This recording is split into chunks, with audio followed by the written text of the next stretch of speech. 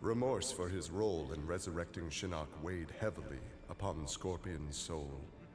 His desire for vengeance had brought Earthrealm to the brink of destruction. Scorpion offered to perform harakiri to atone for his offense. But Reyden suggested a more productive alternative.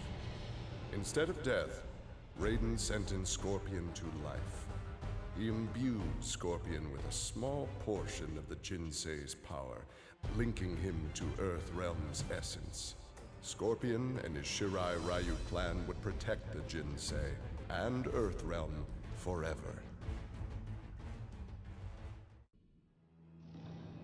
Grandmaster Sub Zero knew his Lin Kuei clan would need more than martial arts to stave off future threats to Earthrealm. In the frozen reaches of Outworld, he found the answer. A female frost dragon with a clutch of eggs.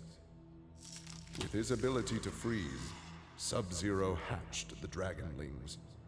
They accepted their Lin Kuei masters and their training as combat mounts. With a force of dragon riders, the Lin Kuei's ferocity became legend. None dared risk conflict with Earthrealm.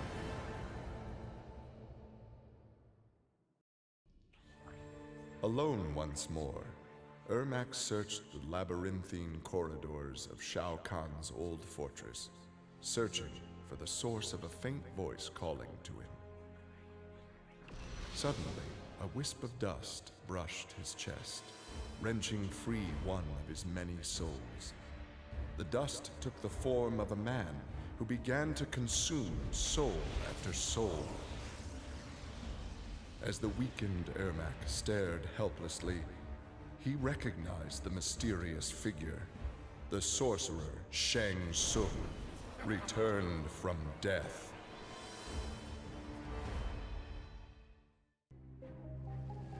After Shinnok's defeat, Reptile was ordered to Earthrealm by Коталь Кан to assess the damage. Such intel could prove useful in future conflicts. Stumbling upon a collapsed cavern, exposed during the crisis, Reptile was shocked to see raptors emerging from within. Unlike the rest of his race, these raptors had never left Earthrealm for the doomed realm of Zaterra, and thus had remained safe and hidden. Alone no more, Reptile vowed to remain with his rediscovered people and reclaim their Earthrealm homeland.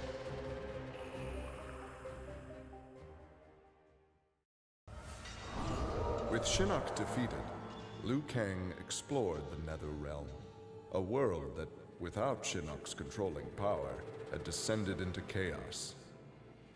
Liu Kang was no sorcerer or elder god, but his fighting skill was more than enough to beat Netherrealm's demons into submission. Liu Kang realized that Netherrealm was his for the taking, and that ruling appealed to him. He would assume Shinnok's throne, and ponder the conquering of other realms.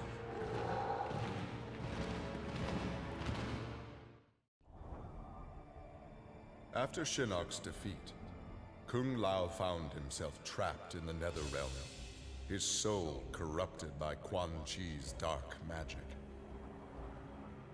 There he would have remained but for the aid of his cousin Kung Jin. Together, their Shaolin strength repelled the evil sufficiently enough for Kung Lao to escape that dark realm and control his inner demons. Compromised but not lost, Kung Lao now exists as an agent of vengeance. He will show evil no mercy.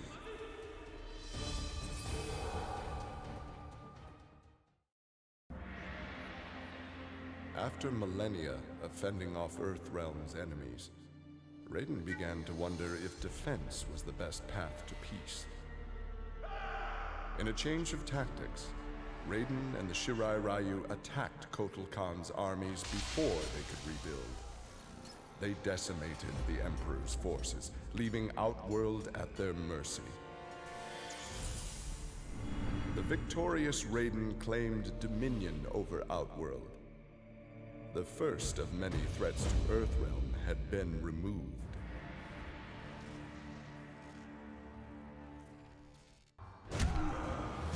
Johnny Cage's life had turned out to be stranger than any science fiction film, but he knew the final scene was approaching. With Raiden's direction, Johnny was able to sail to Shang Tsung's abandoned island fortress, where his adventure had begun, to contemplate his future. Amid the rubble, Johnny found an ancient tome. Its pages revealed that Shang Tsung had unraveled the secret to Edenian long life. Johnny Cage's retirement would have to wait.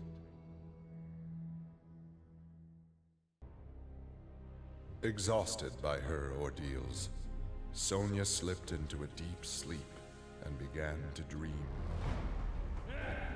Kano held Jax and Cassie hostage.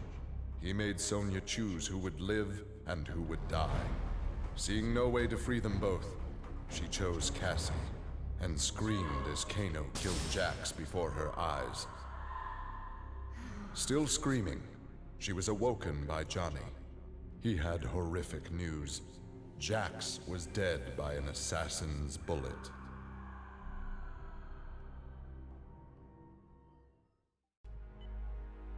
After Shinnok's fall, the hospitalized Johnny Cage asked Jax to fill in as leader of his squad. Jax agreed. It was a chance to spend time with and protect Jackie. Boarding their transport after a routine mission, Jax's greatest fears were realized as the mercenary Erron Blek sprung from the cargo bay and fired on the young heroes. Fortunately for Jackie and company, Jax's quick reflexes and bulletproof arms deflected the assassin's rounds. Jax quickly subdued Blek, then slipped into shock as a red stain engulfed his chest.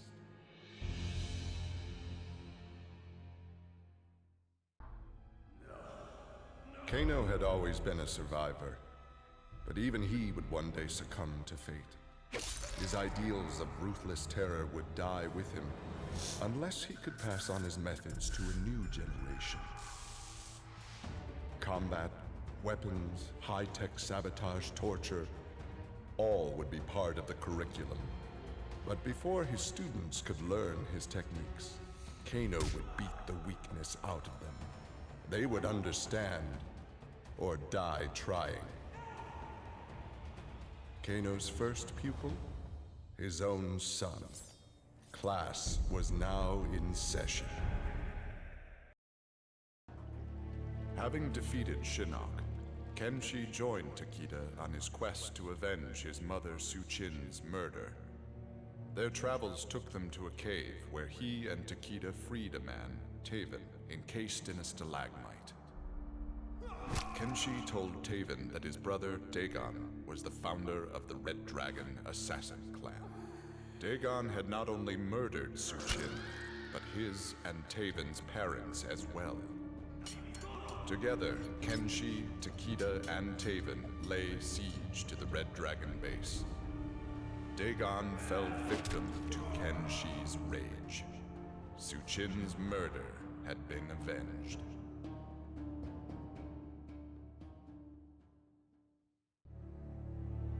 With Shinnok defeated, Takeda and his father set out to find his mother's killer, a member of the Red Dragon clan.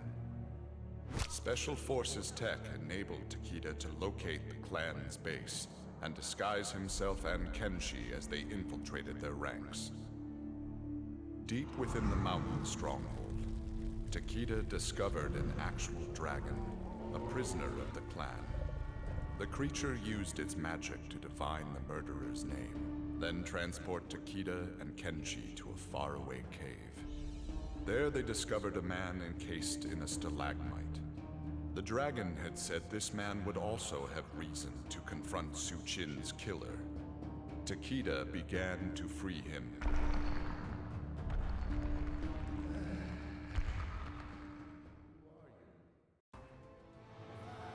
Kesi Кейдж's impressive victory over Shinnok led Reyden to give her a new important task: hunting down a soul stealer.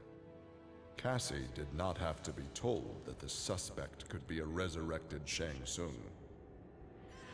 Having tracked him from the site of his last known assault, Cassie confronted the withered old man. He fought desperately but was ultimately defeated.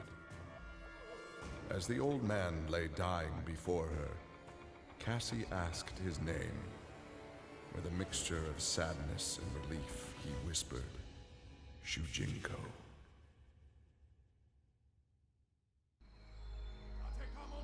After his incursion into Earthrealm, Коталь Кан had become a prime target of Special Forces surveillance.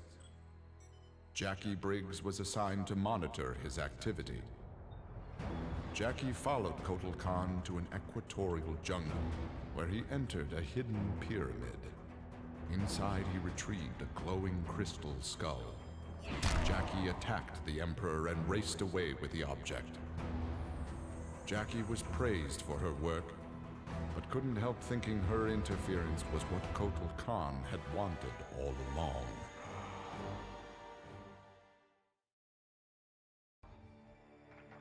For his role in saving Earthrealm, Kung Jin's family created a statue in his likeness for inclusion in Raiden's revered collection.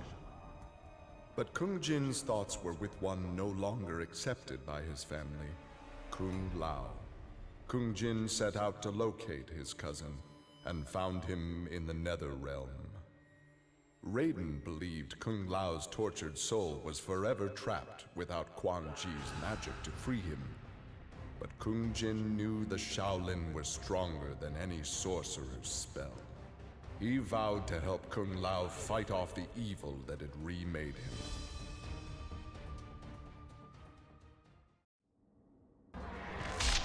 Коталь Кан returned to Outworld determined to rebuild his forces. But Raiden defeated him in a surprise attack and claimed dominion over Outworld. Desperate, the Emperor called upon the Elder Gods to aid in preserving his sovereignty. They granted his request, invoking the most sacred of contests.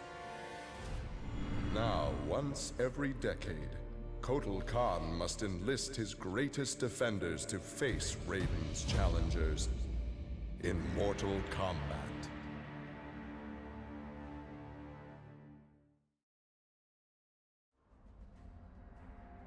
Devorah's ultimate plan was not to destroy Шиннок, but to enslave him. She implanted larvae, her young, in his body to gestate. Having consumed the godlike power of their immortal host, Devorah's offspring were unlike any Kaitin ever born. As they matured, they spread like locusts throughout the realms. Her army of Kaitin super drones brought glory to Devorah, their beloved queen, and destruction to all.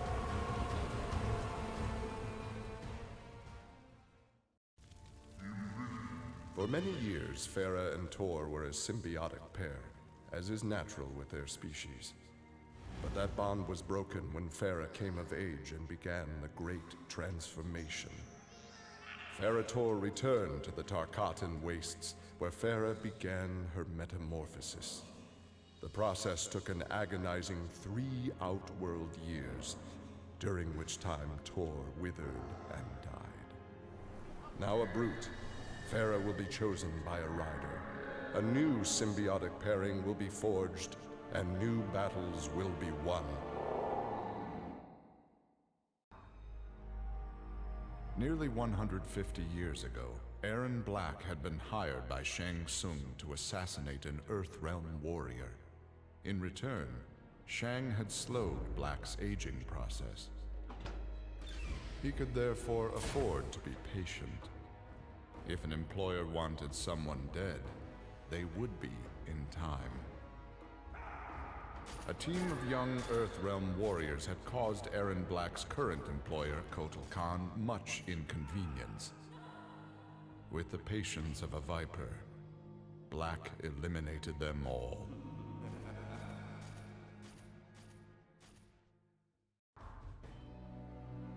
Kuan Chi had long been a servant of Шиннок. His role in freeing him from imprisonment had not gone unnoticed by the Elder Gods. Шиннok was no longer a threat, but Kuan Chi's actions had given rise to a new power. After much deliberation, the Elder Gods contrived a plan to rebalance this power before it grew further. Free will was burned from Kuan Chi's soul and replaced with a single directive. He must kill Reyden.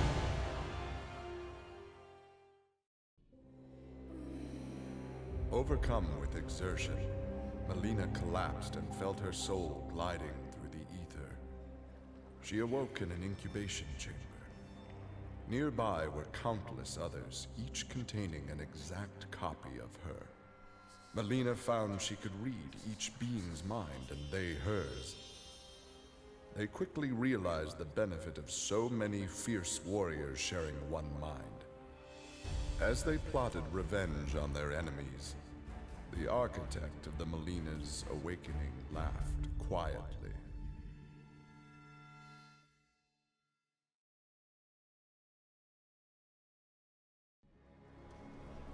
Kitana found herself walking the streets of a magnificent, shining city. This was Edenia, a realm freed from Outworld, and Kitana was its beautiful queen. This was the timeline unaltered by Reyden. Earthrealm had been destroyed by Shao Kahn, but Kitana had survived Armageddon and united the other realms to destroy him. Long-lasting peace was the result. Kitana awoke from this vision to find herself in the Nether Realm. She was not the queen of Edenia, but a revenant of hell, and she hated Reyden for it.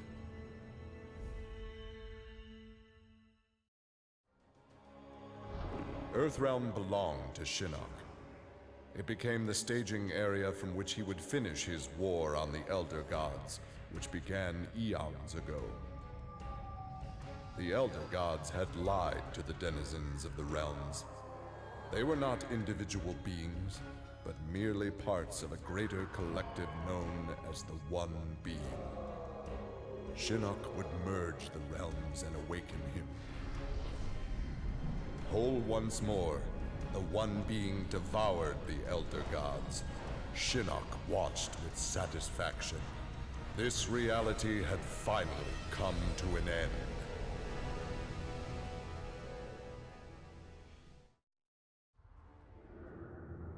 The Shokan had become outcasts for refusing to aid either side in the Outworld civil war. But with the conflict over, Prince Goро decided to re-enter the political landscape. Коталь Kan's armies were weak from years of battle. Milina's rebels were scattered. It was an easy matter for the Shokan to seize control. The newly crowned Emperor Goro had his rivals exterminated.